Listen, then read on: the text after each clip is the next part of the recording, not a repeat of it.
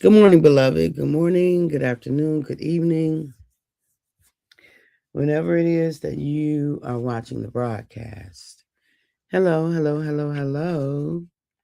It's wonderful connecting with you, saying hi, hello, how do you do? What is happening? What's going on with you? Blessings, blessings, blessings, and more blessings are speaking to you. For those who will be live, yes, yes, yes, let's do it. For those who will hashtag and replay it, I love it. For those who will be on and I don't know you on and I might not never know you on, I could appreciate that. And for those who will be used by God at some point down the road to encourage this girl, let's make it do what it do. Let's make it do with what it do. Um, hey, Lena. Good morning, Lena. Good morning. Great to see you. Great to see you. All right. Uh,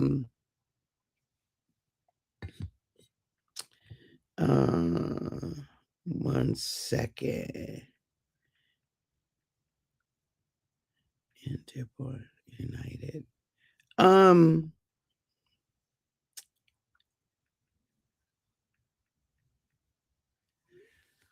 All right. So what are we? What am I talking about this? Okay. So this week, all week long, I'm talking about Shiloh Deliverance Church International.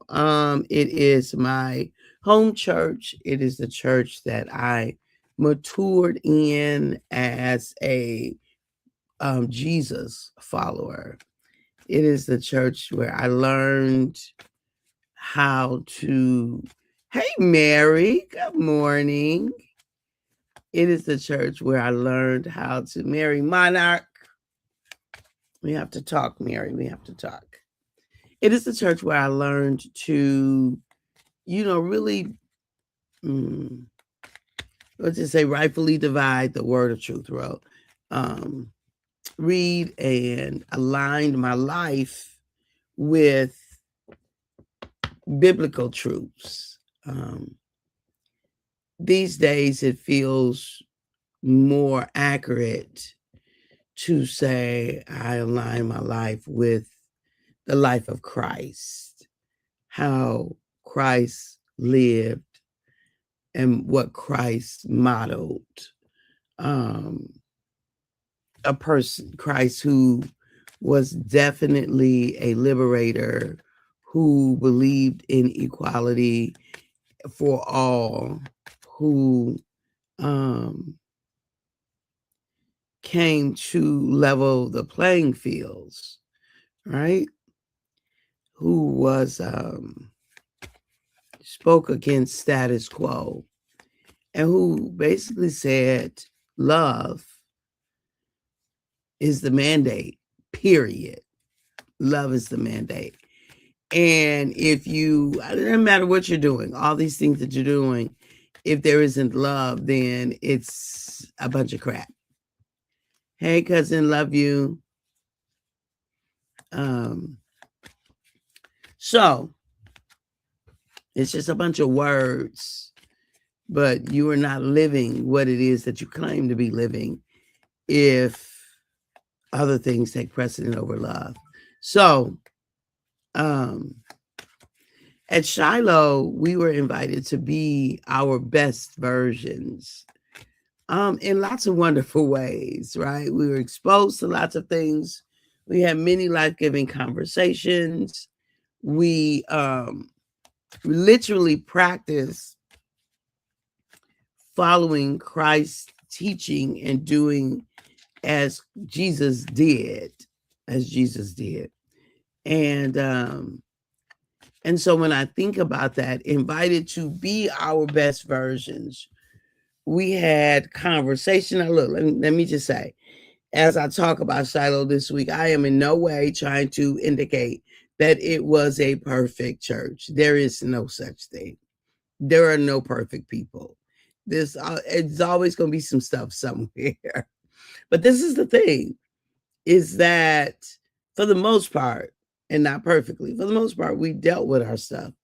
Like we had, you know, the necessary conversations, made the necessary adjustments. And sometimes things didn't go well, right? Sometimes, we look back and we're like, "Ooh, that wasn't the right choice. We probably should have did something different back then." But I do know, this is the thing that I know, is this is what was our earmark that really set the space, that set the agenda, or the environment,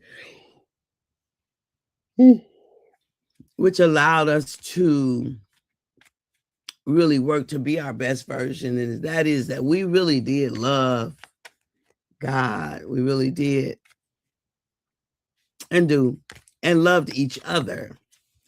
And it's because love was our common denominator that we were able to make it through and become family over time. Now, people came and went. At one point, it really looked like a revolving door. People would come, they would get what they needed. So we were kind of like a safe haven. Yeah, we were kind of like a safe haven for folk who really needed a place to belong, who needed a place to be,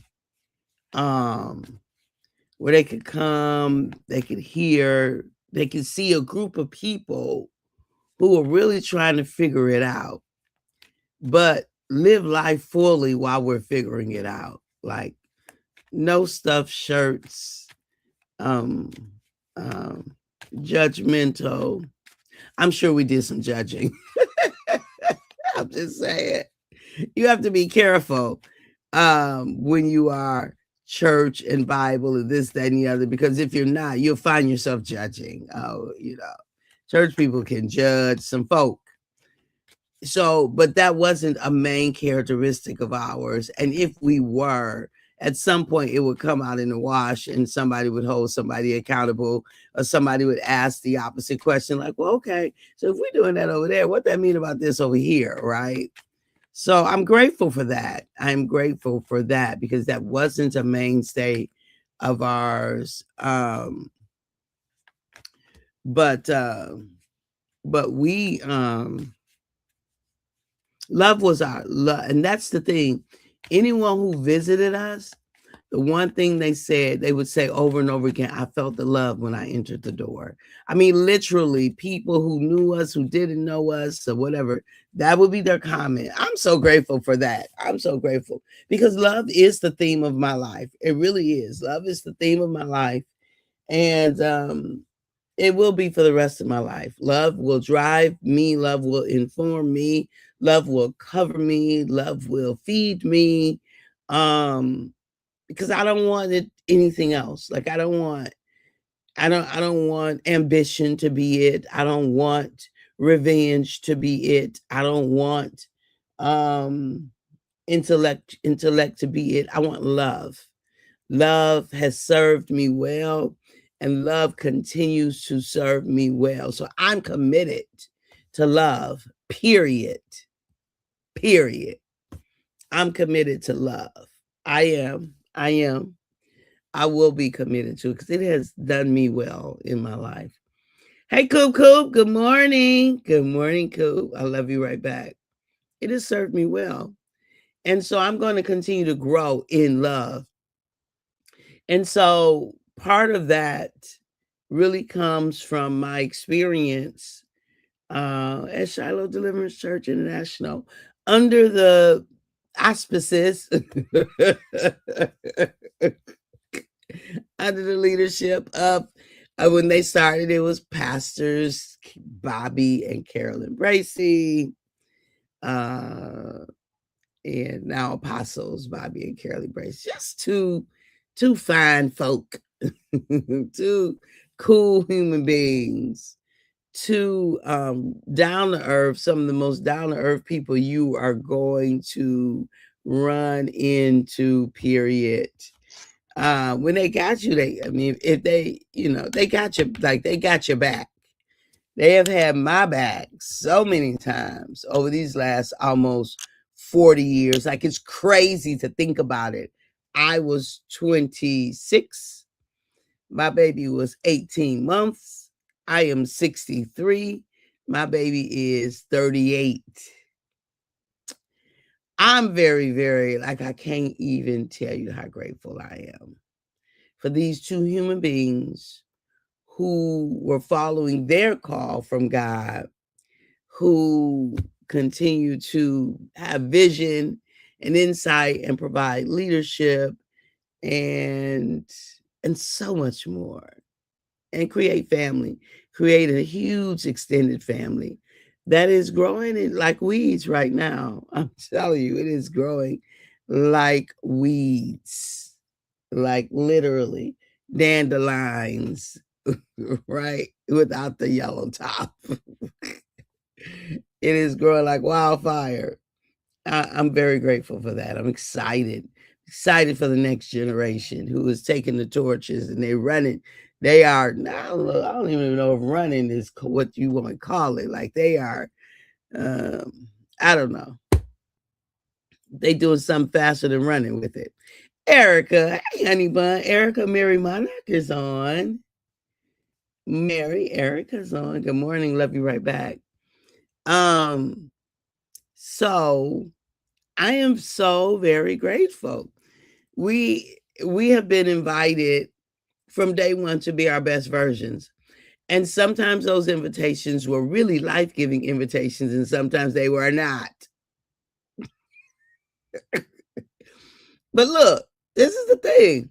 If you think about parenting, sometimes parents parent well in their what do you call it? In their tools or strategies, their methods, that's the word I'm looking for. And sometimes they don't. Church ain't no different, because church is human beings. But when parents are parenting from a place of love, love covers a multitude of faults. And humans gonna have faults. So human organizations are going to have faults. But if love and honest conversation and an intention to learn and grow and to become, when those things are there are possibilities. And so I'm just very, very, beyond very grateful for this place called Shiloh, where we were invited to be our best versions. I'm just reminiscing, right? Monday I got on here and I talked about one of the best pieces of information that I'd ever been given by Pastor Bobby. And then I began to reflect on, like, where I was, what was happening, like literally physically where I was. And I began to remember kind of the experience and the feelings and the just the joy and the glee and the wonder and all the things that were amazing about becoming in this place. And gratitude is my primary feeling, gratitude and love. And here we are. Thank you for the love. Here we are, some 38 years later, and it's on and popping.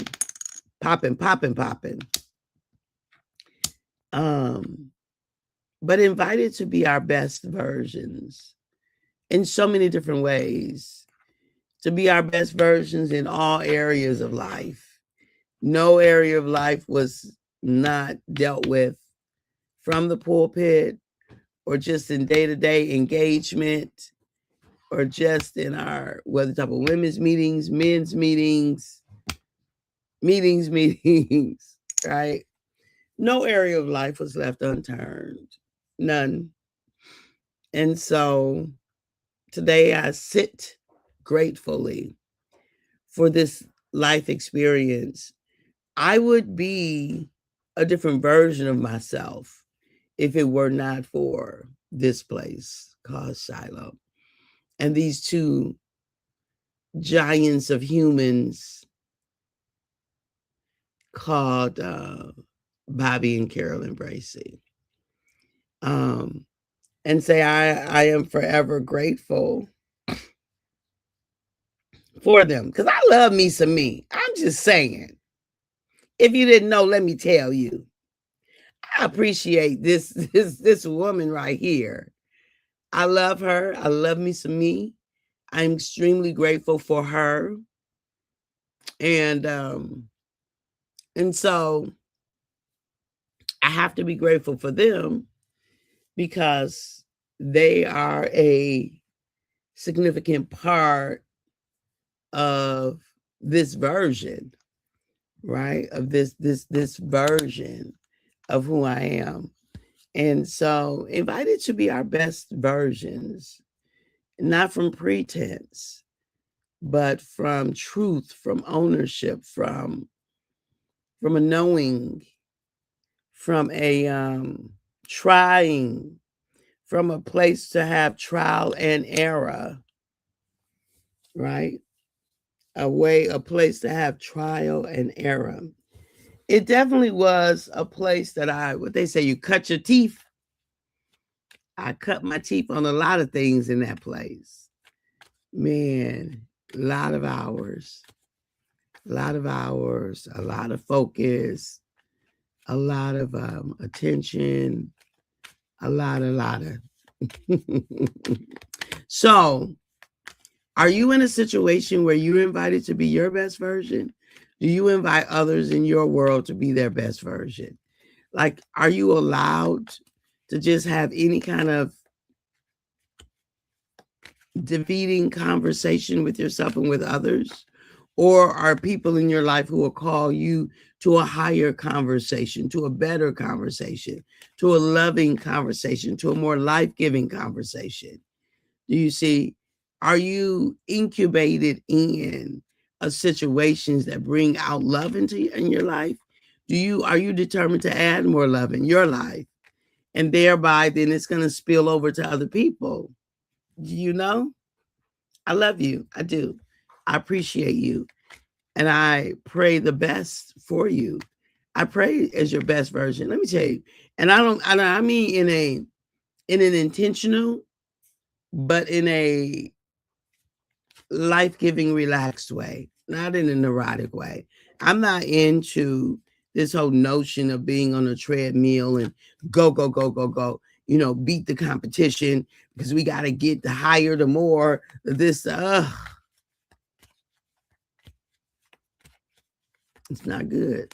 It's not good for us. I know. Like this race, to that race, to that race. Come on, people. Let's race. If we're going to race, let's race to be our best loving selves. Let's race to be the next best version of ourselves. Let's race to love our neighbors well, to love ourselves well, to love our family well. Let's race for people to be wondering, like, why are they so kind? Right? Anyway, I'm grateful. This is my week of paying homage to the Shiloh. Hey, Ray Price. Good morning. It is hump day. To the Shiloh Deliverance Church International, under the auspices of. I wonder where that come from. Who the first one that said that? Apostles Bobby and Carolyn Bracy.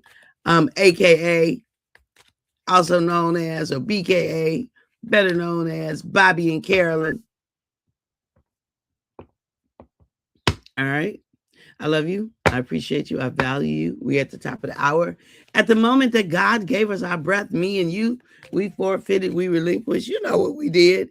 We gave up the right to not be amazing simply because we are amazing in our own right. And you don't have a right, no pun intended, to act like you're not. Have a fantastic day. Tomorrow is Thursday.